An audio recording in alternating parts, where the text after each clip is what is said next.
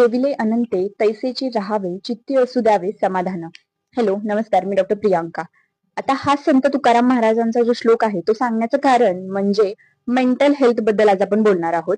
तर बऱ्याच वेळेला पेशंट मला विचारतो, मॅडम मेंटल हेल्थ कशी चांगली ठेवायला पाहिजे आणि मेंटल हेल्थ आणि फिजिकल हेल्थ याचा काही एकमेकांशी संबंध असतो का? तर नक्कीच. मेंटल हेल्थ ही फिजिकल हेल्थशी कनेक्टेड असते आणि फिजिकल हेल्थ सुद्धा मेंटल हेल्थशी कनेक्टेड असते.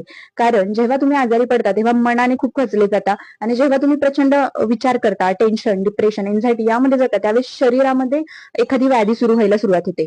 तर त्यासाठी मेंटल हेल्थ ही चांगली ठेवणं खूप गरजेचं आहे. आता आत्ताची जी पिढी आहे ती प्रचंड कॉम्पिटिशन, प्रचंड स्पर्धा एकमेकांशी करत आहे आणि त्यामुळे कुठेतरी समाधान हे हरवत चाललं आहे आणि याचा परिणाम हा मेंटल हेल्थ वरती पडतोय आणि बऱ्याच वेळेला आपण पाहतोय की टेन्शन, डिप्रेशन, एन्झायटीचे पेशंट प्रचंड मोठ्या प्रमाणात वाढत आहेत.